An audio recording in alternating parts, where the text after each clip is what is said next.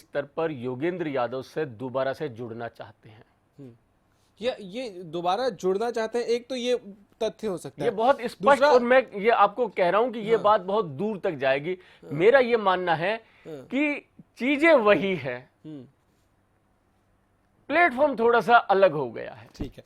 अच्छा, योगेंद्र यादव के समर्थकों का अरविंद केजरीवाल के समर्थन से इनकार करना या संजय का विरोध करना, क्या वो भी एक बहुत क्लियर सिम्टम नहीं है, बहुत एक क्लियर मैसेज नहीं देता है कि योगेंद्र यादव अपनी जो लड़ाई है और इस लड़ाई से जो ख्याति या इस लड़ाई से जो एक भावनाएं जो किसानों के साथ जोड़ने की कोशिश कर रहे हैं, वो आम आदमी पार्टी के साथ भी शेयर करने को तैयार नहीं है, वो अकेला उसको लेकर आगे बढ़ना चाहते हैं और अपनी छवि मजबूत करना चाहते हैं, इसलिए मना कर दिया? नहीं गौरव सर, देखने वाली बात यह है, इसमें कहीं कोई दिक्कत नहीं है। योगेंद्र यादव अब राजनीति में अपना एक कद बनाना चाहते हैं। कद उनका पहले से है, लेकिन उस कद को न सिर्फ वो और बड़ा करना चाहते हैं बल्कि और मजबूत भी करना चाहते हैं। ठीक है। और योगेंद्र यादव की सारी कवायद जो है वो इसी को लेकर है। योगेश बिदानी जी बीजेपी से हैं और कृष्णमूर्ति हुड्डा जी कांग्रेस से। आप दोनों का बहुत बहुत स्वागत है। योगेश जी, पहले आपसे सवाल पूछ रहा हूं, ये चल क्या रहा है दिल्ली में? कोई किसानों की आवाज उठाने की कोशिश कर रहा है क्या? इसके लिए उसको बार बार हिरासत में लिया जा रहा है, गिरफ्तार किया जा रहा है? चलिए, लगता है संपर्क टूट गया, फिर से संपर्क साधने की कोशिश करेंगे। कृष्णमूर्ति हुड्डा जी हैं हमारे साथ कांग्रेस से फोन लाइन पे। कृष्णमूर्ति जी, जिस तरह से योगेंद्र यादव ने आवाज बुलंद की है और जिस तरह से वो मुद्दे उठा रहे हैं, वो मुद्दे लगभग वैसे ही मुद्दे हैं जो पिछले कुछ वक्त से राहुल गांधी और कांग्रेस पार्टी उठा रही थी।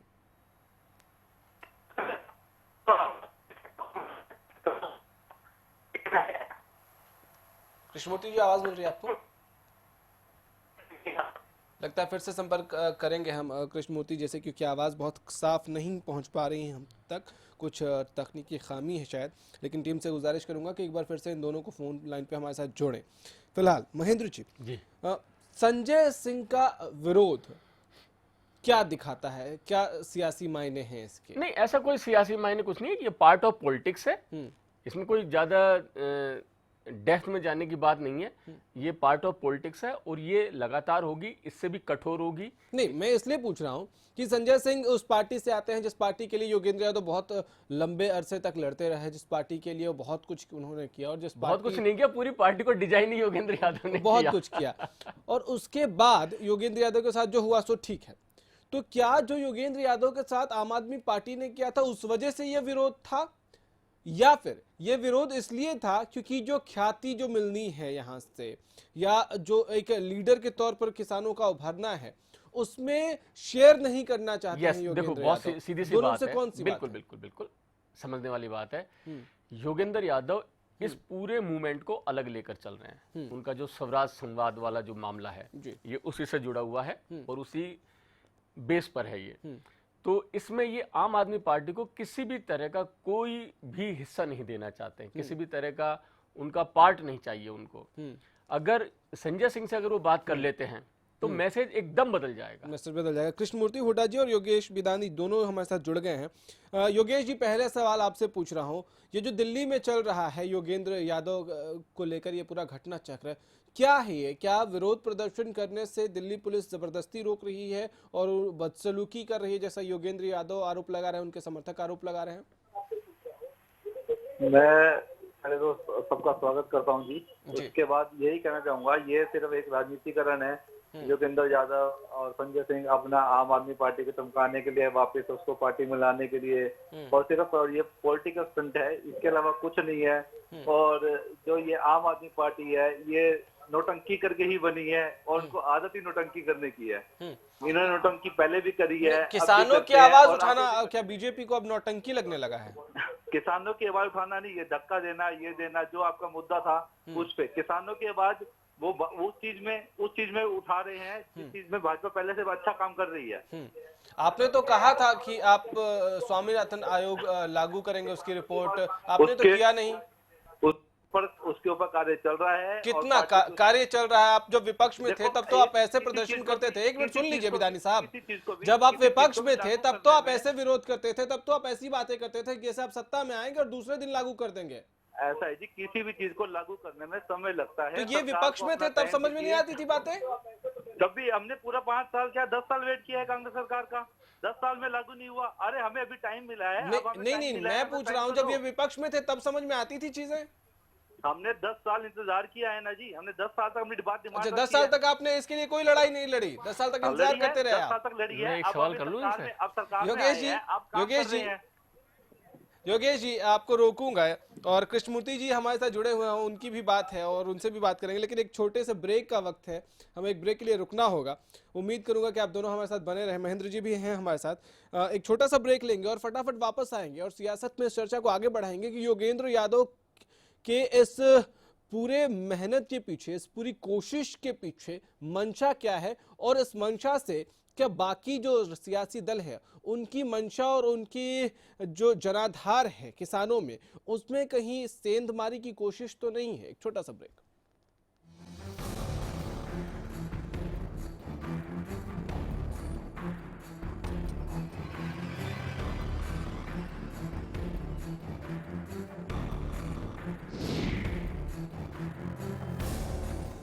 फसलों पर स्प्रे के दुष्प्रभाव ने पशुओं के थनों में सूजन, गांठ, एक थन का सो जाना, खून आना व दूध कम हो जाना आदि बहुत सी बीमारियों को जन्म दे दिया है। इसलिए मैं आपको ये सलाह देना चाहता हूँ कि आप अपने सभी पशुओं के हर ब्यांत पर सोमधारा योग का एक कोर्स जरूर करवाएं। आज ही लेकर आइए पशुओं के थनों की हर बीमारी का एक कामयाब इलाज, सोमधारा योग।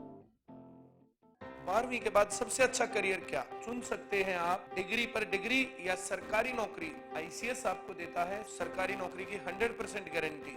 देखिए मेरे यानी परिमल कुमार के साथ एक खास कार्यक्रम, कैसे पाएं सरकारी नौकरी, हर रोज 2:30 बजे।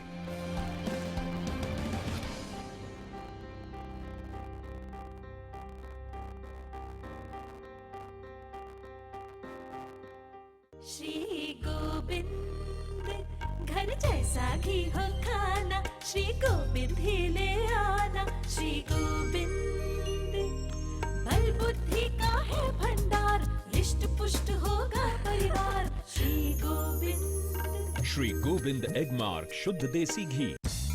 सफर चाहे जैसा भी हो, खाना हमेशा लाजवाब होना चाहिए। सफर के दौरान चाहते हैं लाजवाब खाना, तो अब एक शानदार डेस्टिनेशन मोटल गोल्डन सारास।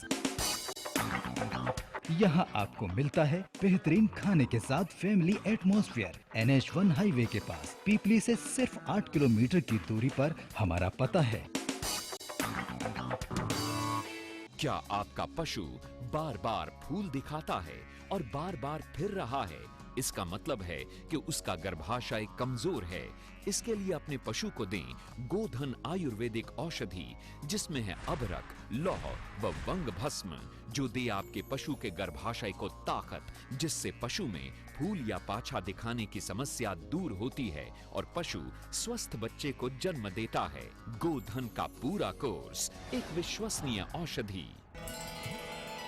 मानव में नैतिक मूल्यों के विकास, सदाचार और सामाजिक बदलाव के लिए प्रतिबद्ध सतीव दर्शन ट्रस्ट अब आयोजित करने जा रहा है अंतर्राष्ट्रीय संभाव ओलंपियाड 2015, जहां मानवता, सदाचार और नैतिक मूल्यों में उत्कृष्टता हेतु परीक्षा का आयोजन किया जाएगा। आइए इस सुनहरे मौके का लाभ उठाएं और अपने आत्मनिरीक्षण और आत्म सुधार हेतु रजिस्टर करें। ऑनलाइन रजिस्ट्रेशन कराने की अंतिम तारीख है 15 अगस्त 2015। अधिक जानकारी के लिए स्कूल मैनेजमेंट अपने स्कूल में इस परीक्षा को कराने के लिए हमसे संपर्क कर सकते हैं। बालों की बढ़ती समस्याओं और उनके सुधार की अपेक्षा हेतु डॉक्टर मुकेश अग्रवाल से खास बातचीत देखिए हर रोज सुबह 11:30 बजे सिर्फ हरियाणा न्यूज पर।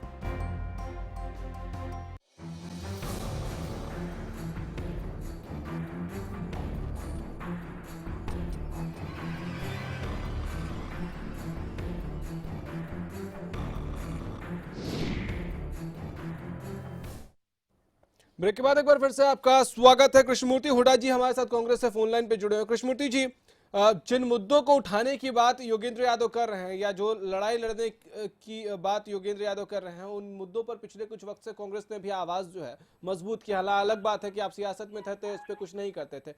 क्या और कैसे देखते हैं योगेंद्र यादव की इस लड़ाई को? देखिए, योगेंद्र यादव का कांग्रेस से तुलना करना ठीक नहीं है। नहीं, मैं लड़ाई की तुलना कर रहा हूँ ना, कोई लड़ाई नहीं है। योगेंद्र यादव कोई लड़ाई नहीं लड़ रहे। क्या कर रहे हैं? ड्रामा कर रहे हैं, कुछ भी नहीं है। अच्छा, मैं कोई इसको मान नहीं रहा। हाँ, ये दिल्ली के ये मीडिया के खिलाड़ी हैं। अच्छा, ये मीडिया में रहने के लिए इस प्रकार का काम कर रहे हैं और इनकी एक्टिविटी मीडिया तक ही सीमित है। और आप जो किसानों तक संसद भवन के पहुंचने अंदर और की संसद प्रयास भवन के नहीं किया बाहर गया। रोज कर रहे हैं कृष्णमूर्ति जी और आपकी पार्टी, वो क्या है? हम तो लोगों के अंदर घुसे हुए हैं। मैं किसान का बेटा हूँ और हमने किसानों की लड़ाई लड़ी है कांग्रेस ने। हाँ, ये है कि वो ups पूरे and downs देश ने सभी देखा, आते हैं। प्रदेश ने देखा कि जब 10 साल तक आप शासनकाल में थे तो क्या क्या किया और स्वामीनाथन आयोग की रिपोर्ट को लेकर आपका रुख क्या रहा, ये सब हमने देखा है। हमारे साथ योगेश बिदानी जी है। योगेश जी, एक बात बताइए कि किसानों की हक की आवाज की जब बात आती है तो आपका रवैया बदल क्यों जाता है, या किसी भी सियासी दल का रवैया बदल क्यों जाता है? जब आप विपक्ष में रहते हैं तब रवैया कुछ और होता है, सत्ता में आ जाते हैं रवैया कुछ और हो जाता है। हरियाणा सरकार का सीधे किसानों के साथ जुड़ाव, जो उनके भारत सरकार जो बीमा योजना लाई है, जो भी हरियाणा सरकार को मुआवजा देना है, हम सब किसानों के फेवर के, किसानों के मतलब के और किसानों के भले के ही काम करते हैं। कृषि चैनल खोलना, ये सब सरकार किसानों के हित के ही काम कर रही है और स्वामी आयोग भी लागू हो जाएगी। और कितना वक्त चाहिए योगेश जी? देखो जी, टाइम की लिमिट नहीं होती है। हमारी सरकार ने जब वादा किया है तो वो सरकार निभाएगी अपना वादा। नहीं तो आप ये भी कह सकते हैं अगली बार जब चुनाव पे जाए तो कहें कि हमने पूरी प्रक्रिया पूरी कर ली है, अगली बार एक बार और मौका दो तो फिर लागू कर देंगे। चुनाव से पहले अपना वादा, अपना मैनिफेस्टो पूरा करेंगे। महेंद्र जी हैं हमारे साथ, वरिष्ठ पत्रकार स्टूडियो में, वो आपसे एक सवाल पूछना चाह रहे हैं। महेंद्र जी, क्या नाम है इनका? योगेश बिदानी जी। योगेश बिदानी जी, हाँ जी बोलिए। अभी आपने कहा कि आम आदमी पार्टी नौटंकी करती है। हाँ जी बिल्कुल। एक पार्टी नौटंकी करके सत्ता हासिल कर लेती है तो आप ये मानते हैं? अगर आप मानते हैं तो इसका मतलब हरियाणा में भारतीय जनता पार्टी नौटंकी करके सत्ता में आ गई। चलो अब आपको मैं कुछ समझाता हूँ। नौटंकी करके सत्ता हासिल करना और उसके बाद वहां पे कहना पहले हम आपको मुफ्त बिजली देंगे, मुफ्त पानी देंगे, बाद में वहां पे वेट बढ़ा के उसी एक हाथ से लेके दूसरे हाथ से लेना, सारी जो नौटंकी करी थी, जिस तरह धोखे से सरकार। योगेश जी, ऐसे अगर देखेंगे, सुन लीजिए ना, आपने बहुत अच्छी, आपने चर्चा को अच्छी दिशा दे दी। आप बताइए, आपने क्या कहा था वृद्धा अवस्था पेंशन योजना में कितना देंगे? 2000 दिया। कितना आपने विकलांग पेंशन में कितना कहा था देंगे? दिया कितना? विधवा पेंशन में कितना कहा था? दिया कितना? स्वामीनाथन आयोग लागू करेंगे, अभी तक नहीं कर पाए। एक मिनट सुन लीजिए ना, आप नौटंकी की बात कर रहे थे ना। बहुत सारे मुद्दे, योगेश जी, बिदानी साहब सुन लीजिए, पास एक जवाब नहीं है। अब आपने बात छेड़ दी तो सुन लीजिए। पहली कलम से गेस्ट टीचरों को पक्का कर देंगे, कर दिया क्या? नौटंकी अगर आप दूसरों को कह रहे हैं तो फिर आपके दामन में कितने दाग हैं? आपने कभी झांक के देखा है? इनका हर काम कोर्ट में जा रहा है, इनका हर काम न्यायालय में जा रहा है, ये हर काम न्यायालय के जरिए करना चाहते हैं। इनका जवाब सरकार ने काम ही ऐसे कर रखे थे कि हर आधे से ज्यादा काम हमें कोर्ट में जाके शुरू करने पड़ रहे हैं। और जब हमारे पास वित्त खजाना में तो पैसा ही नहीं होगा तो कैसे करेंगे? अब धीरे धीरे पैसा इकट्ठा हो रहा है, इसलिए अभी नीति बनाई है हमने अपनी। 1 लाख करोड़ का तो योगेश जी, ये सब बातें पहले पता नहीं थी जब विपक्ष में बैठ के बड़ी बड़ी बातें करते थे, जब घोषणाएं की थी तब ये सब चीजें मालूम नहीं थी आपको? ऐसा है जी, हर साल 200 रुपए बढ़ेंगे तो इसी सरकार इसी बात में जिस दिन भी बिदानी साहब, क्या ये स्पेसिफाई किया था आपने? सुन लीजिए ना, आप नौटंकी की बात कर रहे हैं इसलिए मुझे ये छेड़ना पड़ गया, जबरदस्ती मुझे इस पे आना पड़ गया। बताता हूँ, ये वहाँ पे संसद भवन में ये प्रपोजल आया था कि हर साल आप 200 रुपए बढ़ा के आप किसी तरह इनके बुजुर्गों को इसमें बढ़ा सकते हैं। और तब सरकार, छोड़िए योगेश बिदानी साहब, उस पे नहीं जाएंगे, फिर कभी उस पे हम चर्चा करेंगे आपके साथ। बिल्कुल। चलिए, किसानों की मुद्दे की बात कर रहे हैं, कृषि बजट की बात होती है, कई बार उठती है, और आपकी सरकार इस पर क्या एक्शन ले रही है, क्या ले रही है? आप इस पे कुछ बोलते क्यों नहीं है? आपकी पार्टी इस पे क्या रुख रखती है, वो एक बार बताइए जरा। कृषि अभी जो हमारी सरकार ने आया था 12,000 करोड़ का हमारे कृषि का बजट। कृषि बजट अलग बनाने की सोच रहे हैं क्या? हाँ जी, हाँ बिल्कुल अलग बजट बन रहा है। उसमें धनखड़ जी ने बहुत अच्छा काम किया है। अभी पंचायती चुनाव वाला भी देखो, शिक्षित सरपंच होंगे। कैसी बातें कर रहे हैं? छोड़ दीजिए। शिक्षित सरपंच होंगे तो हमारे वहाँ पे गाँवों का ठीक है, विकास होगा, उससे मैनिफेस्टो होगा, उनको विकास उन्हीं किसानों का ही फायदा होगा, उससे डबल। अच्छा ठीक है, कृष्णमूर्ति जी हमारे साथ हैं। कृष्णमूर्ति जी मुझे एक बात बताइए, क्योंकि संक्षेप में वक्त कम है, कि किसानों के मुद्दे पर सिर्फ सियासत क्यों होता है, किसानों की सियासत क्यों नहीं होती है? जो महेंद्र जी ने एक शब्द इस्तेमाल किया था कि किसानों के नाम पर सियासत होती है, किसानों की सियासत नहीं होती है। सिर्फ किसानों का वोट बैंक हासिल करना क्या सियासत का एकमात्र लक्ष्य रह गया है? कोई सच में क्यों नहीं लड़ता है, सिर्फ वोट के लिए क्यों लड़ता है? देखिए, हमने किसानों की लड़ाई सच्ची लड़ी है। हमने भूमि अधिग्रहण बिल बनाया, वो किसानों के हक के लिए बनाया, और नरेंद्र मोदी किसानों का हक छीनना चाहते हैं, उनकी जमीनें छीनना चाहते हैं, और इसकी लड़ाई हम लोकसभा में भी लड़ रहे हैं और सड़कों पर भी लड़ रहे हैं। तो जो सच्ची लड़ाई लड़ी है वो कांग्रेस ने लड़ी है। अच्छा, तो कृष्णमूर्ति जी ऐसा क्यों न, कृष्णमूर्ति जी ऐसा क्यों ना हो कि आप भी अगर ईमानदारी से, आपकी पार्टी भी किसानों की लड़ाई की बात कर रहे हैं, योगेंद्र यादव भी बात कर रहे हैं, आम आदमी पार्टी भी बात कर रही है, लेफ्ट के लोग भी बात कर रहे हैं, तो अगर किसानों की ही हक की बात हो रही है, सिर्फ किसानों की हक की बात हो रही है और सियासत की बात नहीं हो रही है अगर, तो क्यों ना कंबाइंड एक एफर्ट हो? ऐसा क्यों नहीं होता है? क्या सिर्फ पॉलिटिकल माइलेज लेने की बात है? हर पार्टी का अपना एजेंडा होता है, अपने कार्यक्रम होते हैं, अपनी नीतियां होती हैं, किसानों की बात तो लेके चलते हैं वो। चलिए, बहुत बहुत शुक्रिया कृष्णमूर्ति जी। वक्त इतने ही की इजाजत, ऐसे सवालों के जो जवाब हैं वो कैसे मिलते हैं मैं जानता हूं। महेंद्र जी आपका भी बहुत बहुत शुक्रिया हमारे साथ जुड़ने के लिए, और योगेश जी आपका भी बहुत बहुत शुक्रिया हमारे साथ जुड़ने के लिए। लेकिन किसानों के सवाल पर आते आते न जाने क्यों जुबान लड़खड़ाने लग जाती है, और जुबान से जो शब्द निकलते हैं वो ऐसे नजर आते हैं जैसे सियासत से प्रेरित वो शब्द हो, और सियासत से प्रेरित हर काम नजर आता है। लेकिन योगेंद्र यादव ने जो शुरुआत की, क्या उस शुरुआत के पीछे भी कोई सियासी मकसद है, ये समझने की जरूरत है। फिलहाल इतना ही, लेकिन जाते जाते आपको छोड़ जाते हैं सुर्खियों के साथ।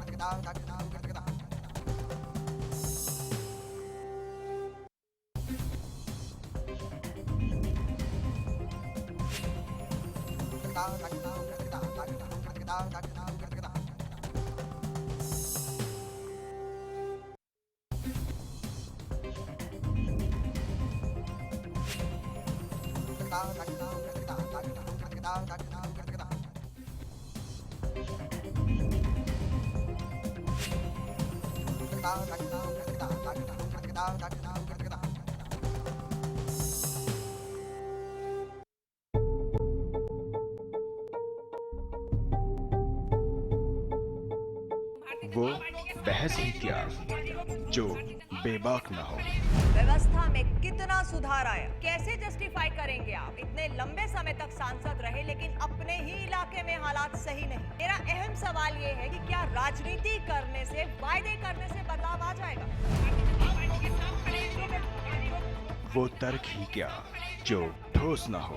अरे वो अपने परिवार लेकर सड़कों पर है, किससे जवाब मांगे? राजनीतिक रोटियां अभी भी सेकी जा रही हैं। अब की सरकार पिछली सरकार पर, दूसरी सरकार पिछली सरकार पर। सवाल बड़ा है, लोगों की जरूरत को महसूस कब किया? जब वोट चाहिए थे तब महसूस किया? वो संवाद ही क्या जिसमें संवेदना ना हो। सियासी घूंघट के नीचे सभी अपना अपना खेल खेल रहे हैं। होना बेहतर चाहिए पर नहीं हो रहा। मेरी सिर्फ इतनी गुजारिश, पहल कब होगी? देखिए मुद्दा नवजोत सिद्धू के साथ।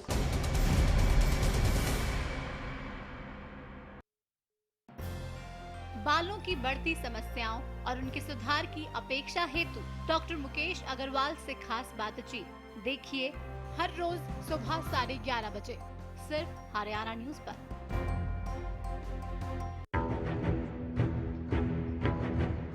नमस्कार, हरियाणा की आवाज में आपका स्वागत है। वो मंच जो आपकी राय जानने की कोशिश करता है और बनता है आपकी आवाज।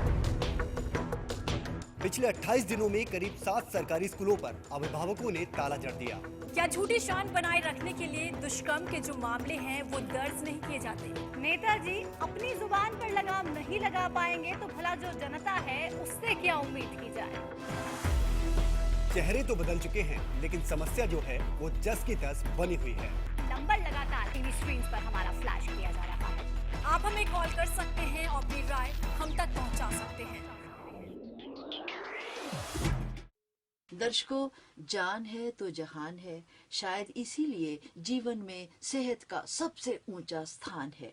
ठीक है ना कि सबसे पहला सुख निरोगी काया, दूसरा सुख घर में माया, तीसरा सुख सुलक्षणी नारी और चौथा सुख औलाद आज्ञाकारी।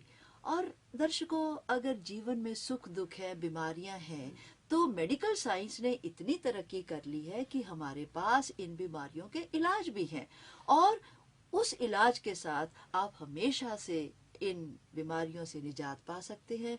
और दर्शकों, ऐसी ही एक नामुराद बीमारी है जिसका नाम है एलर्जी।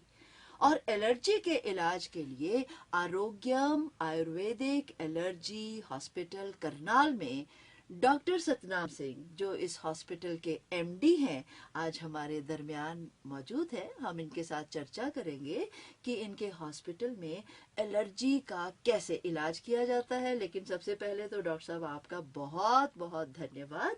और मैं सबसे पहला सवाल आपसे यही पूछूंगी कि एलर्जी कितने प्रकार की होती है और इसके लक्षण क्या हैं? नंबर 1, पुराना जुकाम जी, जिसको हम क्रोनिक साइनस या क्रोनिक साइनसाइटिस या आम लोग इसको साइनस भी बोल देते हैं, एलर्जिक साइनसाइटिस बोल देते हैं, इसको पुराना जुकाम कहते हैं। दूसरा है फेफड़ों की एलर्जी। फेफड़ों की एलर्जी में दमा या अस्थमा जिसको बोलते हैं वो है। तीसरा है चमड़ी की एलर्जी और चौथे नंबर पे हम बोलेंगे गेहूं व दूध से एलर्जी। तो ये एलर्जी के प्रकार है। लक्षण के बारे में बात करते हैं। पुराना जुकाम जिसमें कि सबसे पहले नाक में जो है खारिश या खुजली सी होती है। नाक में पेशेंट को इतनी खुजली होती है कि पेशेंट जो है वो छींके मारने शुरू कर देता है। सुबह उठता है तो 10-10, 20-20 छींके आनी शुरू हो जाती है। इवन 50-50 छींके भी पेशेंट को आती हैं। छींकों से इतना परेशान हो जाता है कि पेशेंट के लिए मतलब टॉयलेट करना मुश्किल हो जाता है। तो छींके सबसे अहम लक्षण है इसमें। फिर छींकों के बाद अब जो पानी बनता है, रेशा बनता है नाक में, वो गले में गिरता रहता है। गले में धीरे धीरे वो इसका रिसाव गले में जाता रहता है। अच्छा। पेशेंट को खांस के इसको साफ करना पड़ता है गले को।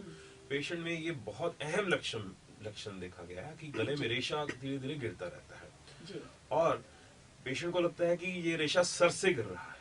पेशेंट का या तो नाक बंद रहेगा या नाक ज्यादा बहेगा, नाक बहता ही रहता है।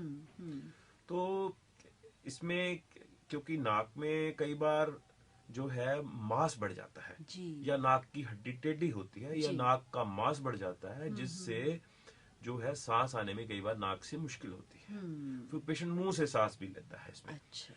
अब ये रेशे की बात करें तो ये रेशा अगर सर की तरफ जाता है तो सर में भारीपन रहता है, सर में दर्द रह सकता है। कानों की तरफ जाता है तो कानों में ज्यादातर पेशेंट में सांस की आवाज आती है। अच्छा। जैसे कानों में कुछ चलता रहता है, जैसे आवाज सी आती रहती है। और कानों में कई बार पेशेंट्स में तो जो है वो सुनने की शक्ति भी कम पाई गई है। अच्छा। और आंखों में भी अहम लक्षण देखा गया है। आंखों में खारिश होगी, आंखों में लाली आएगी या आंखों में पानी बहता रहता है। जी। तो ये वाली एलर्जी पुराना जुकाम में ये लक्षण बहुत अहम जो है देखे गए। लक्षण में हमने अभी बात की है पुराना जुकाम की।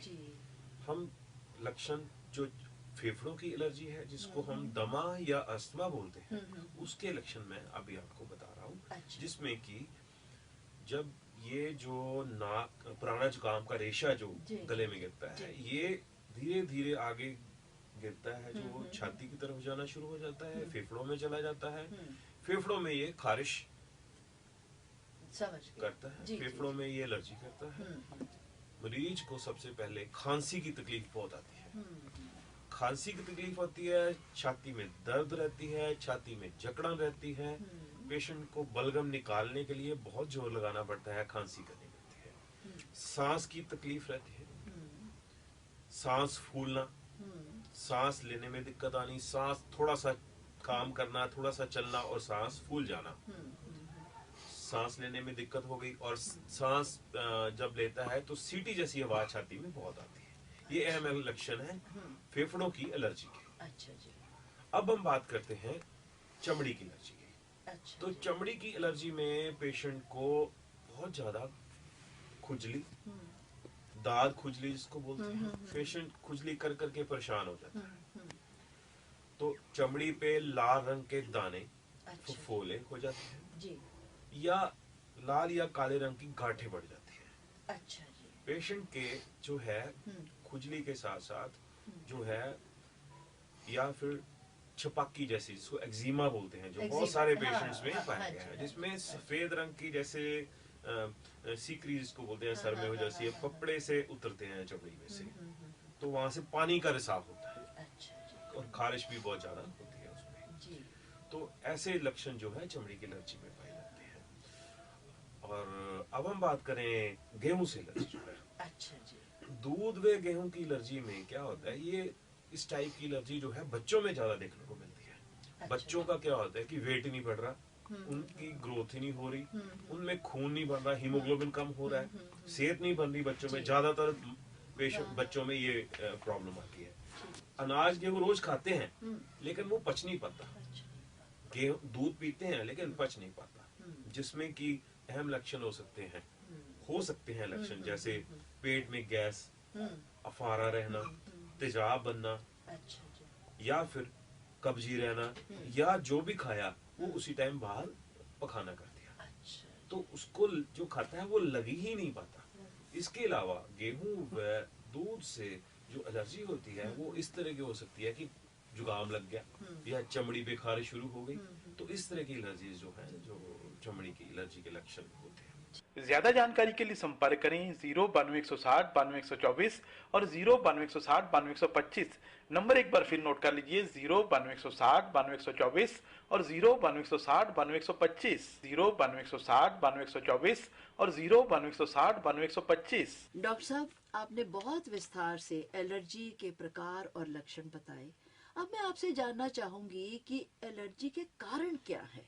देखिए, कारण जो में सबसे पहले ज्यादातर मरीजों को जो है वो मिट्टी, धूल मिट्टी के कणों से जी, प्रदूषण से जी एलर्जी होती है। अच्छा, जैसे धान की कटाई के वक्त, या जीरी या जीरी की कटाई के वक्त, या गेहूं की कटाई के वक्त जो कणों से एलर्जी होती है। सही। अब घर में तड़का लग रहा है, किसी सब्जी को तड़का, तरकारी को तड़का लगा रहे हैं, तो उसकी स्मेल से पेशेंट्स को छींकें आनी शुरू हो गई, तो खांसी आनी शुरू हो गई फेफड़ों में से, तो ये होता है। दूसरा, उसने फ्रीजर खोला, फ्रिज खोला सब्जियों, और उसमें से जो हुमस से कह सकते हैं, पुरानी खिड़की खोली, उससे हुमस होता है, उससे उसको पेशेंट्स को एलर्जी होता है। सो ये वाले कारण जो है काफी अहम है। वैसे इसके जेनेटिक कारण भी माने जाते हैं कि अगर पेरेंट्स को है तो बच्चों को भी हो जाती है। डॉक्टर साहब, आपने कारण तो बता दिए, लेकिन अब मैं ये जानना चाहूंगी कि आयुर्वेदिक पद्धति जो है वो बाकी प्रणालियों से बेहतर और सफल क्यों है। देखिए, एलोपैथी में तो इसका पक्का इलाज नहीं है जी, क्योंकि उसमें क्या करते हैं, पेशेंट्स को एंटी एलर्जिक्स दिए जाते हैं या स्टीरॉइड्स पेशेंट्स को खाने पड़ते हैं। जी, जी, एक दिन स्टीरॉइड या एंटी एलर्जी की डोज ली, तो पेशेंट जो है वो एक दिन के लिए ठीक हो गया, लेकिन बीमारी जड़ से खत्म नहीं होती। सही बात। दूसरा, दवाई की जो है डोज बढ़ती जाती है, लेकिन जड़ से खत्म नहीं होती, डोज बढ़ती जाती है, और एक इफेक्ट और सोल साइड इफेक्ट। 10 साल पुरानी बीमारी में अगर पेशेंट ने दवाई खाई 10 साल एंटी एलर्जिक स्टीरॉइड, तो उसका शरीर कहाँ जाएगा, आप बताइए। बिल्कुल सही बात है। अब देखिए, जैसे पेशेंट्स कई पंप लेते हैं, जिनको दमा होता है उनको पंप लेना पड़ता है, पंप बढ़ता जाता है उनका, दिन में एक बार लिया, फिर 2 बार हो गया, 3 बार हो गया, बीमारी खत्म नहीं हुई।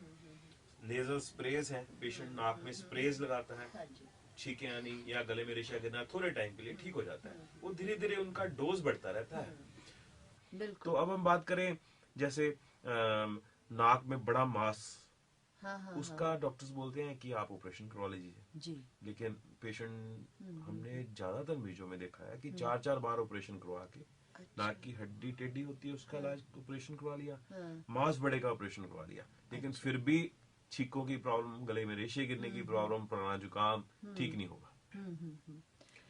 तो इसलिए आयुर्वेद में इसका जो है बहुत बढ़िया इलाज है, क्योंकि आयुर्वेद से जो इलाज हम करते हैं उससे बीमारी जड़ से दूर भागती है। नाक में घी डालने को बोला जाता है, देसी गाय का देसी घी डालने को बोला जाता है। आधी बीमारी तो उससे ही ठीक हो जाती है। अब बात करते हैं चमड़ी की एलर्जी में। चमड़ी की एलर्जी में भी स्टीरॉइड चलते हैं, पेशेंट सारी उम्र स्टीरॉइड पे ही रहता है, पक्का इलाज नहीं आता। आयुर्वेद 5000 साल पुरानी पद्धति है जो कि अपने आप में इतनी सक्षम है कि बीमारी को जड़ से दूर करती है। हमारे आरोग्यम आयुर्वेदिक एलर्जी हॉस्पिटल करनाल में हम एलर्जी का ही इलाज करते हैं और इलाज में हमने देखा है कि हमारे हजारों लाखों मरीज जो हैं वो इस बीमारी से हमेशा के लिए मुक्ति पाई। ज्यादा जानकारी के लिए संपर्क करें 09260 9224 और 09260 9225। नंबर एक बार फिर नोट कर लीजिए 09260 9224 और 09260 9225, 09260 9224 और 09260 9225। डॉक्टर साहब, आरोग्यम आयुर्वेदिक एलर्जी हॉस्पिटल करनाल में आप एलर्जी का इलाज किस तरह करते हैं? देखिए, हमारा सबसे पहले एलर्जी में, पुराना जुकाम में स्पेशली, हमारा सबसे पहले बढ़िया मूल मंत्र जो हम बताते हैं पेशेंट्स को वो ये है कि नाक में देसी गाय का देसी घी डालना है। सुबह उठ के 2-2 बूंदे दोनों नासिकाओं में डालिए जी। इससे तो एक तो एलर्जी का कोई कण जो है, जैसे धूल मिट्टी प्रदूषण के कण जो है नाक की झिल्ली को टच नहीं कर पाते, सारा दिन जो हमारा नाक की झिल्ली है बची रहती है, ठीक है, यानी रुक जाती है। दूसरा, ये देसी गाय का देसी घी जो है वो सौम्य माना जाता है एलर्जी के लिए, और इसके और भी बड़े फायदे हैं, जैसे ये बाल सफेद नहीं होने देता, अच्छा, आंखें कमजोर नहीं होती। तो सबसे बढ़िया रिजल्ट जो हमें मिलते हैं, नाक में गाय का घी डालना चाहिए सुबह उठ के एलर्जी के पेशेंट्स को जी। ठीक है, आधी बीमारी तो इससे ही ठीक हो जाती है। दूसरा, हम पेशेंट्स को बोलते हैं योग करना। अच्छा। योग में नाड़ी शोधन प्राणायाम है जी, जिससे बॉडी की ऑक्सीजनेशन कैपेसिटी बढ़ती है, इम्यूनिटी बढ़ती है, और बीमारी तो क्या, बीमारी तो दूर भागने लगती है, एलर्जी तो बिल्कुल ठीक होने लगती है। अच्छा। तीसरा, हम अपने हॉस्पिटल में जो कोर्स करवाते हैं जी, 3 से 4 महीने का कोर्स करवाते हैं। पेशेंट्स को बता देते हैं कि पहले 1 महीने में आपको कोई खास फर्क नहीं पड़ेगा, 1 महीने बाद फर्क पड़ना शुरू होता है, क्योंकि आयुर्वेदिक दवाई धीरे धीरे शरीर में अपनी जगह बनाती है, फिर असर करती है, लेकिन बीमारी को जड़ से भी तो बिगाती है। तो 3-4 महीने में पेशेंट्स की बीमारी जड़ से दूर भागने लगती है, बिल्कुल ही खत्म होने लगती है एलर्जी। तो बहुत अच्छे 90% से ऊपर पेशेंट जो है बिल्कुल ठीक हो रहे हैं हमारे इलाज से।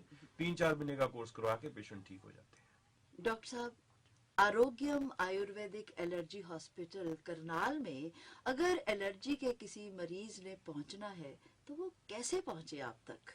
ये तो बहुत सिंपल सी बात है जी। जैसे आरोग्यम आयुर्वेदिक एलर्जी हॉस्पिटल करनाल में बस स्टैंड के बिल्कुल बैक साइड पे, अच्छा जी, महिला आश्रम कॉम्प्लेक्स में, कैनरा बैंक के बिल्कुल सामने है। अच्छा, SCO नंबर 39 नंबर है। पेशेंट्स हमारे पास दूर दूर से आते हैं, गुजरात, महाराष्ट्र, बॉम्बे, बड़ी दूर दूर से पेशेंट आके अपना इलाज करवा रहे हैं और बिल्कुल ठीक हो रहे हैं।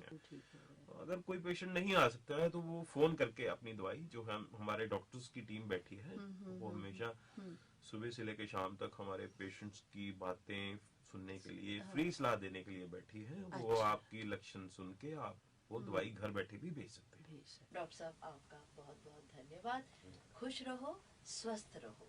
अगर आप में से किसी भी पेशेंट्स को एलर्जी की शिकायत है, पुराना जुकाम है, दमा है, चमड़ी की एलर्जी है, या गेहूं से एलर्जी है, या दूध से एलर्जी है, तो आपको घबराने की कोई जरूरत नहीं, क्योंकि इसका इलाज है।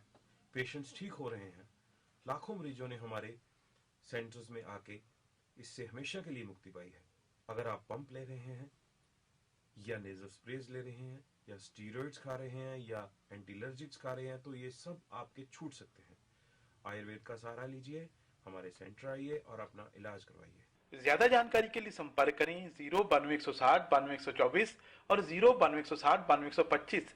नंबर एक बार फिर नोट कर लीजिए 09260 9224 और 09260 9225, 09260 9224 और 09260 9225। बनाएं अपनी सुबह को और बेहतर हमारे साथ। कैसा रहेगा आपका दिन, जानिए टैरो कार्ड रीडर से। देखिए किस्मत कनेक्शन हर रोज सुबह 8:30 बजे।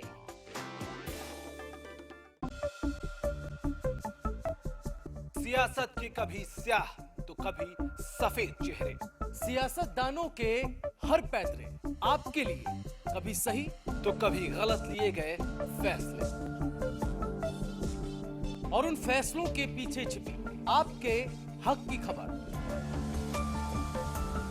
खोलेंगे खबर की हर परत सियासत में।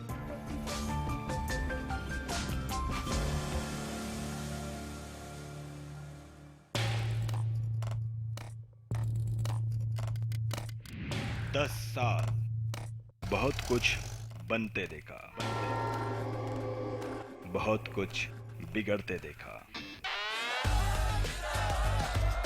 राजनीति के बदलते मायने देखे, सियासी धुरंधरों को धूल होते भी देखा। शतरंज की तरह बिसात बिछती देखी, बिगड़ती देखी। लगातार 10 सालों से बिना रुके, बिना थके, हरियाणा न्यूज सच के साथ, खबरें बेबाक, खबरें बेबाक।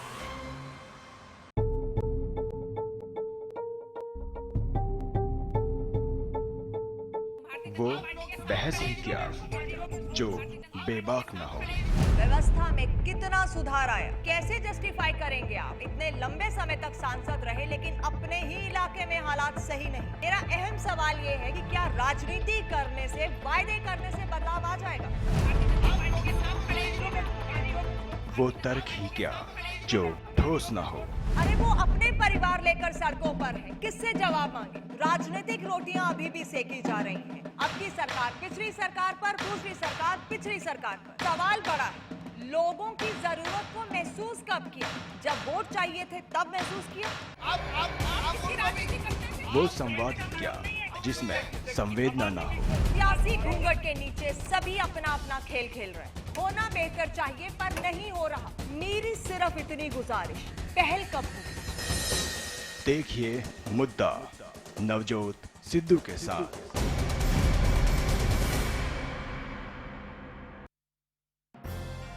बालों की बढ़ती समस्याओं और उनके सुधार की अपेक्षा हेतु डॉक्टर मुकेश अग्रवाल से खास बातचीत देखिए हर रोज सुबह 11:30 बजे सिर्फ हरियाणा न्यूज पर।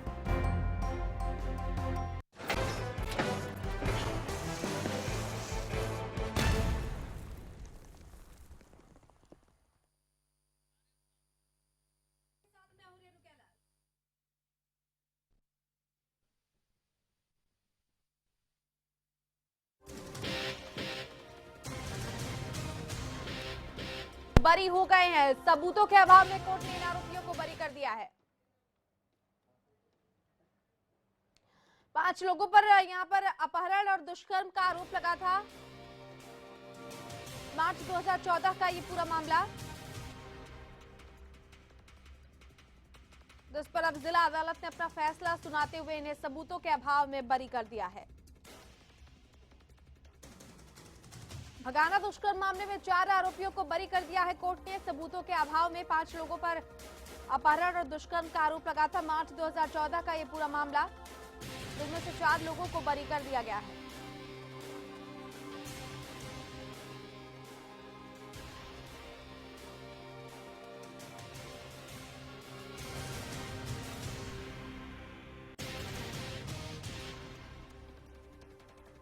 हिसार से इस वक्त की बड़ी खबर, भगाना दुष्कर्म मामले में 4 आरोपी बरी कर दिए गए हैं। सबूतों के अभाव में कोर्ट ने आरोपियों को बरी कर दिया है।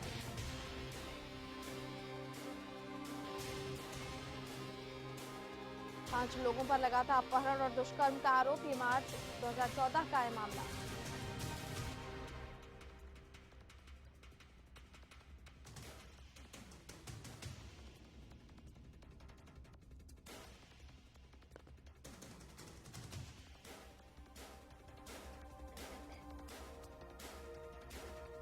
और इस बीच रुख करनाल का कर लेते हैं। अगली बड़ी खबर करनाल से ही सामने आ रही है। यहां रिफाइनरी तेल मामले में 3 लोगों की गिरफ्तारी की गई है। पुलिस ने लोगों से टैंकर भी जब्त किया है। आरोपी तकरीबन 70 लाख का तेल यहां से निकाल चुके थे। तो करनाल से इस वक्त की बड़ी खबर, रिफाइनरी तेल मामले में 3 लोगों की गिरफ्तारी की गई है। पुलिस ने इन लोगों से टैंकर भी जब्त कर लिया है। आरोपी तकरीबन 70 लाख का तेल निकाल चुके थे, लेकिन इनकी गिरफ्तारी भी अब हो गई है। रिफाइनरी तेल मामले में 3 लोग की गिरफ्तारी, पुलिस ने इन लोगों के पास से टैंकर भी जब्त किया है।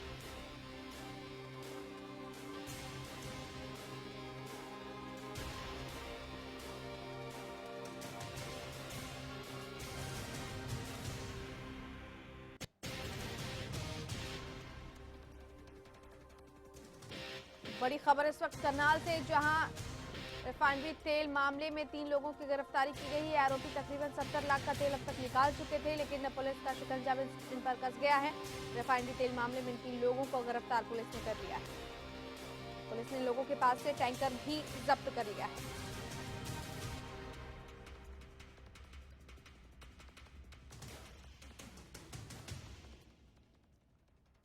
संवाददाता कमरजीत हमारे साथ फोन लाइन पर जुड़ गए हैं। कमरजीत, 3 लोगों की गिरफ्तारी रिफाइनरी तेल मामले में, क्या कुछ ताजा अपडेट आपके पास? देखिए, अगर बात करें पिछले दिनों जो पानीपत रिफाइनरी से जलंधर के लिए डीजल जाता था और उसके पास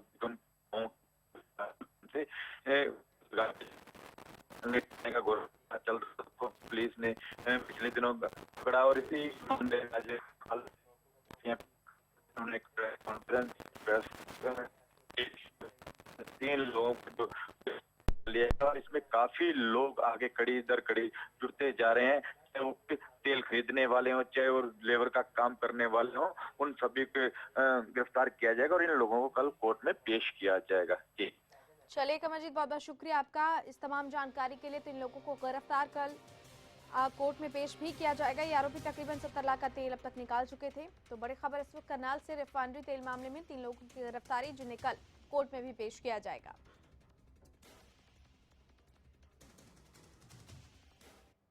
और गुड़गांव का, जहां से इस वक्त की अगली बड़ी खबर हम आपके सामने रख रहे हैं। बड़ी खबर गुड़गांव से आ रही है, जहां सीआईआई के कार्यक्रम में सीएम खट्टर ने हिस्सा लिया है।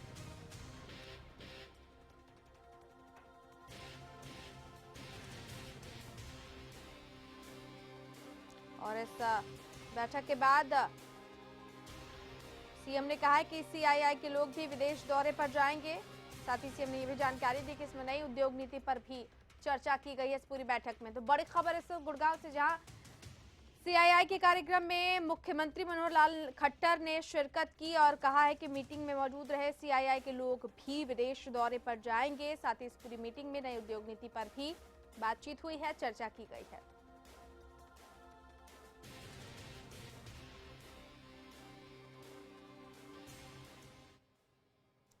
तो सीआईआई के लोग भी जाएंगे विदेश दौरे पर, ये जानकारी मुख्यमंत्री मनोहर लाल खट्टर ने दी है। संवाददाता अनिल मोर हमारे साथ फोन लाइन पर जुड़ चुके हैं। अनिल, विस्तार से बताएं, क्या कुछ लबोलुआब इस पूरी मीटिंग का रहा?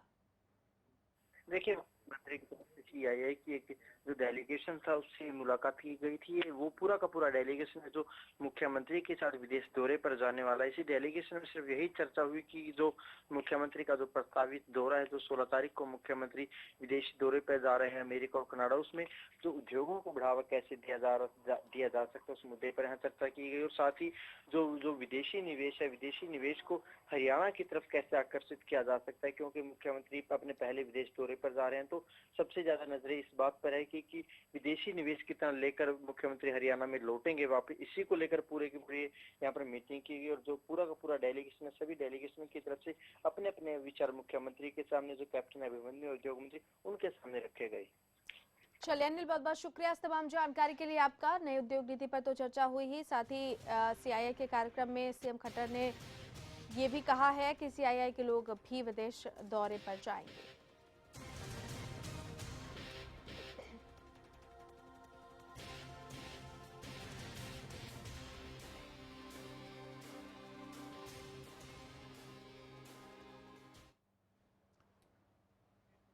चलिए फिलहाल खबरों में इतना ही, लेकिन आगे देखना ना भूलिए मुद्दा।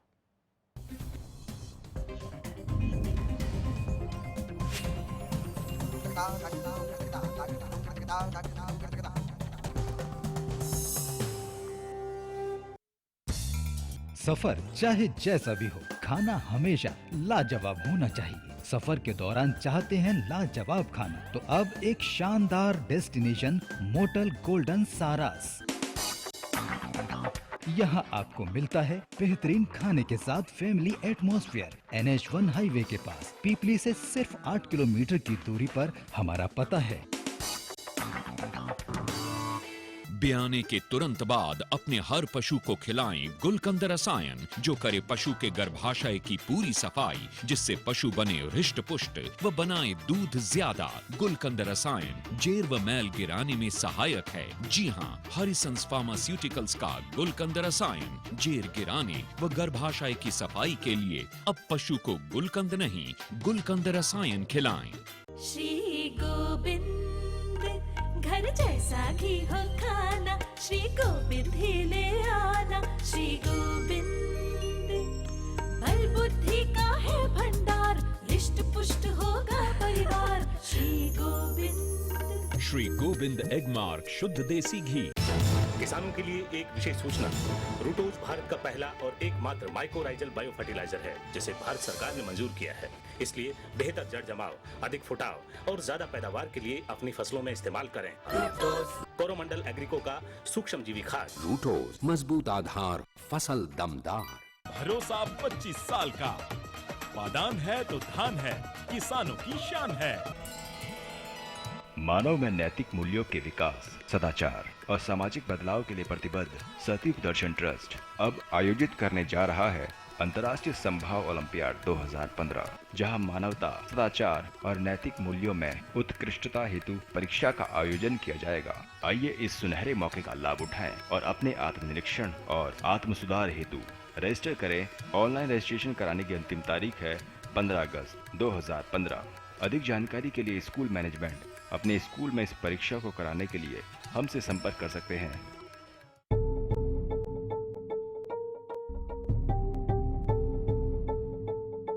वो बहस ही क्या जो बेबाक ना हो। व्यवस्था में कितना सुधार आया, कैसे जस्टिफाई करेंगे आप? इतने लंबे समय तक सांसद रहे लेकिन अपने ही इलाके में हालात सही नहीं। मेरा अहम सवाल ये है कि क्या राजनीति करने से, वायदे करने से बदलाव आ जाएगा? वो तर्क ही क्या जो ठोस ना हो। अरे वो अपने परिवार लेकर सड़कों पर है, किससे जवाब मांगे? राजनीतिक रोटियां अभी भी सेकी जा रही हैं। अब की सरकार पिछली सरकार पर, दूसरी सरकार पिछली सरकार पर। सवाल बड़ा है, लोगों की जरूरत को महसूस कब किया? जब वोट चाहिए थे तब महसूस किया? वो संवाद ही क्या जिसमें संवेदना ना हो। सियासी घूंघट के नीचे सभी अपना अपना खेल खेल रहे हैं। होना बेहतर चाहिए पर नहीं हो रहा। मेरी सिर्फ इतनी गुजारिश, पहल कब होगी? देखिए मुद्दा नवजोत सिद्धू के साथ।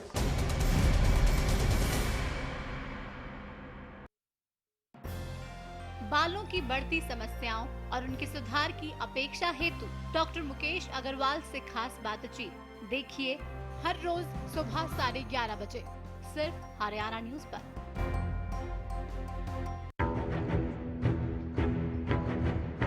नमस्कार, हरियाणा की आवाज में आपका स्वागत है।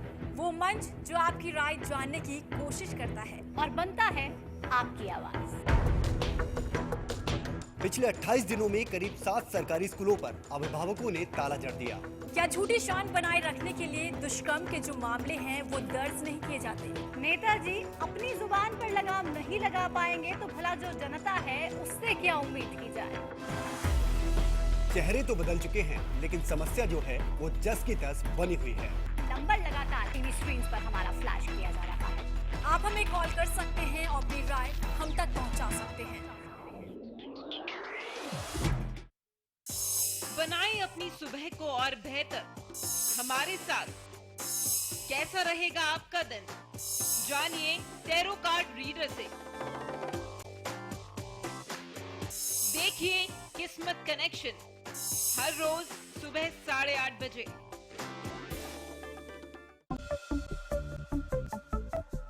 सियासत के कभी स्याह तो कभी सफेद चेहरे, सियासतदानों के हर पैतरे आपके लिए कभी सही तो कभी गलत लिए गए फैसले, और उन फैसलों के पीछे छिपी आपके हक की खबर। खोलेंगे खबर की हर परत सियासत में।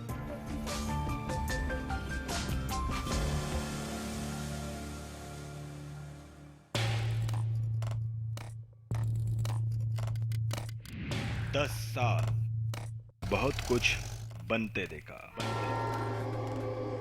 बहुत कुछ बिगड़ते देखा। राजनीति के बदलते मायने देखे, सियासी धुरंधरों को धूल होते भी देखा। शतरंज की तरह बिसात बिछती देखी, बिगड़ती देखी। लगातार 10 सालों से बिना रुके, बिना थके, हरियाणा न्यूज सच के साथ, खबरें बेबाक।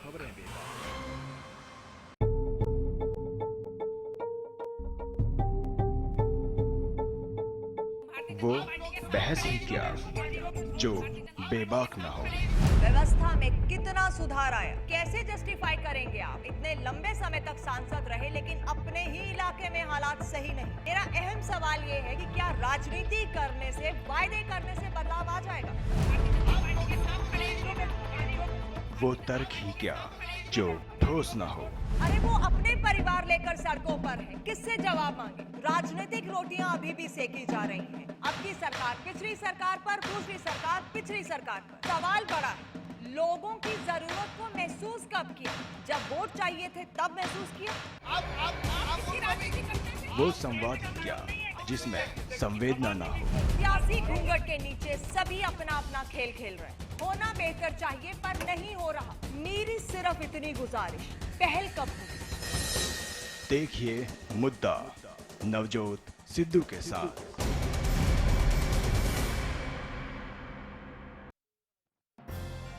बालों की बढ़ती समस्याओं और उनके सुधार की अपेक्षा हेतु डॉक्टर मुकेश अग्रवाल से खास बातचीत देखिए हर रोज सुबह 11:30 बजे सिर्फ हरियाणा न्यूज पर।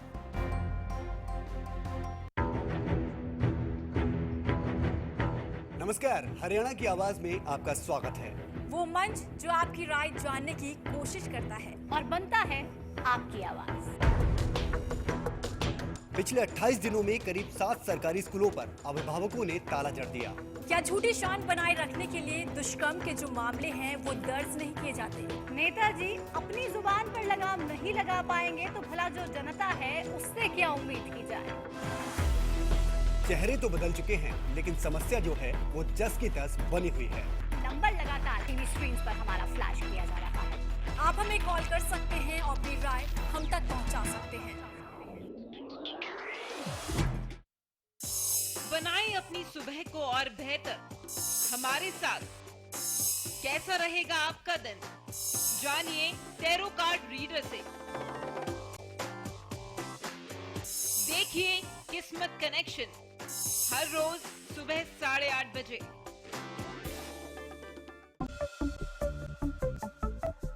सियासत के कभी स्याह तो कभी सफेद चेहरे, सियासतदानों के हर फैसले आपके लिए कभी सही तो कभी गलत लिए गए फैसले, और उन फैसलों के पीछे छिपी आपके हक की खबर। बोलेंगे खबर की हर परत सियासत में।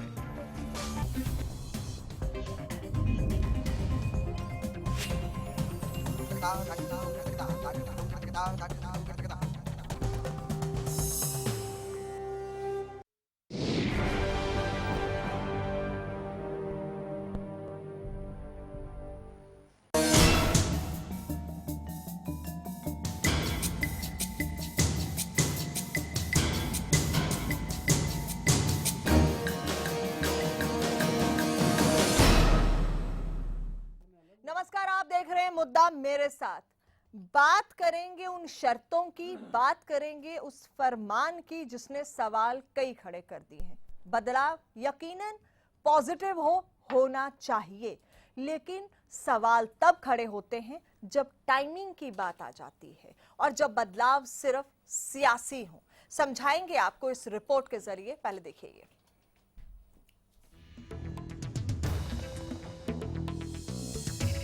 शर्तों पर सियासत शुरू हुई तो सियासत के मायने बदल गए, निशाने बदल गए, सवाल बदल गए कि अगर शैक्षणिक योग्यता तय करनी है तो सिर्फ पंचायती चुनाव ही क्यों इसके दायरे में आए।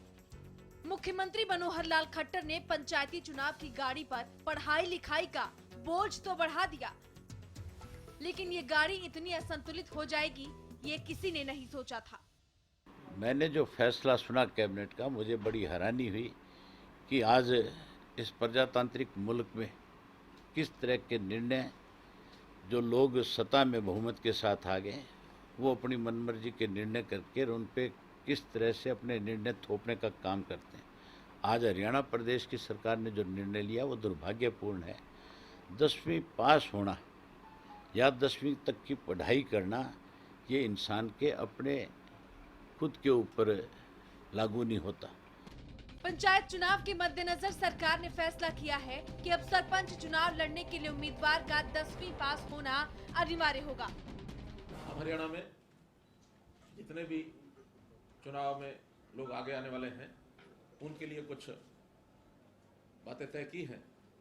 सबसे पहली शैक्षणिक योग्यता। अब अभी तक जो शैक्षणिक योग्यता कोई नहीं रखी गई थी, हमने चुनाव में भाग लेने वालों के लिए सबके लिए 10वीं पास की योग्यता रखी है। क्रिमिनल रिकॉर्ड के लोग वो चुनाव में भाग नहीं ले सकें। तीसरा, जितने कोऑपरेटिव बैंक्स हैं उनके लोन यदि बकाया हैं, उनका देनदारी उनकी कोई बकाया है, उसको उनको सबको क्लियर करना होगा। कमाल है, जिस राज्य की विधानसभा में निरक्षर लोग बैठे हों, वहाँ की सरकार शैक्षणिक योग्यता की शर्तें तय कर रही है। यह कदम सराहनीय है, लेकिन सवाल सिर्फ इतना भर है कि ये शर्तें सिर्फ सरपंच चुनाव पर ही क्यों लागू की जा रही है। क्या जरूरी नहीं कि एक विधायक भी 12वीं पास हो? क्या जरूरी नहीं कि हमारे सांसद भी पढ़े लिखे हों? हरियाणा न्यूज आज शैक्षणिक योग्यता की अयोग्य तस्वीर को आपके सामने रखेगा और बताएगा कि आपके कितने विधायक 10वीं पास हैं या और कितने 5वीं पास। हरियाणा में कुल 90 विधायक हैं। इनमें से 25 विधायक ग्रेजुएट हैं, 17 विधायक 12वीं पास हैं, 20 विधायक ग्रेजुएट बिजनेसमैन हैं, जबकि 12 विधायक पोस्ट ग्रेजुएट हैं। तस्वीर इतनी भर नहीं, एक विधायक निरक्षर है, 4 विधायक 8वीं पास, 8 विधायक 10वीं पास है। बात हमारी अपनी बीजेपी सरकार के विधायकों की करें तो भाजपा के 47 विधायकों में एक निरक्षर है, 4 विधायक 10वीं पास है, 9 विधायक 12वीं पास, 8 विधायक पोस्ट ग्रेजुएट है। वहीं कांग्रेस के 15 में से एक विधायक 8वीं पास है, 2 विधायक 12वीं पास है, 2 विधायक ग्रेजुएट हैं, जबकि 7 ग्रेजुएट बिजनेसमैन हैं। हरियाणा जनहित कांग्रेस के 2 में से एक विधायक रेणुका बिश्नोई 12वीं पास है, जबकि कुलदीप बिश्नोई ग्रेजुएट है। वहीं अकाली दल का एकमात्र विधायक 10वीं पास है। 5 आजाद विधायकों में एक 8वीं, एक 10वीं, एक 12वीं पास और एक ग्रेजुएट है। ये तो हकीकत है। बात पटौदी से बीजेपी विधायक विमला चौधरी की करें तो विमला चौधरी सिर्फ 5वीं पास है। अब आप खुद अंदाजा लगाइए कि जिस राज्य में 20 से ज्यादा विधायक 12वीं पास भी ना हो, वहाँ शैक्षणिक योग्यता की शर्तें तय की जा रही हैं। हरियाणा न्यूज सरकार के फैसले का समर्थन करता है। शैक्षणिक योग्यता का होना लाभकारी है, लेकिन सवाल तो बस इतना है कि अगर इसे लागू ही करना है तो क्यों न इसकी शुरुआत विधानसभा और लोकसभा से की जाए, क्योंकि योग्यता की जरूरत तो वहाँ भी है। भरत श्रीवास्तव के साथ ब्यूरो रिपोर्ट, हरियाणा न्यूज। बदलाव होना चाहिए, अच्छी चीज की शुरुआत होनी चाहिए। शैक्षिक योग्यता की हम बात करते हैं, एजुकेशन लेवल होना चाहिए, इस पर कई बार चर्चा हो चुकी है। लेकिन अभी जिस टाइमिंग पर ये सारे बदलाव की बात हम कर रहे हैं, बैंक का कर्जा नहीं होना चाहिए। अभी हाल ही में एक लिस्ट निकली थी जिसमें चौधरी बीरेंद्र तक का नाम आया था कि वो डिफॉल्टर है। ये जो दोहरे मापदंड हैं, बड़ा सवाल जो राजनीतिक गलियारों में इस वक्त खड़ा हो रहा है वो ये है कि क्या पंचायती चुनाव से बचना चाहती है सरकार? क्या पंचायती चुनाव को डिले करना चाहती है सरकार? कारण क्या है? योग्यता होनी चाहिए, इस पर कोई सवाल नहीं है। कारण क्या है? क्या बीजेपी खुद अपने लिए ये पैरामीटर्स तय कर रही है कि अब आगे के जो इनके लीडर्स होंगे, जो चुनाव लड़ेंगे, वो मिनिमम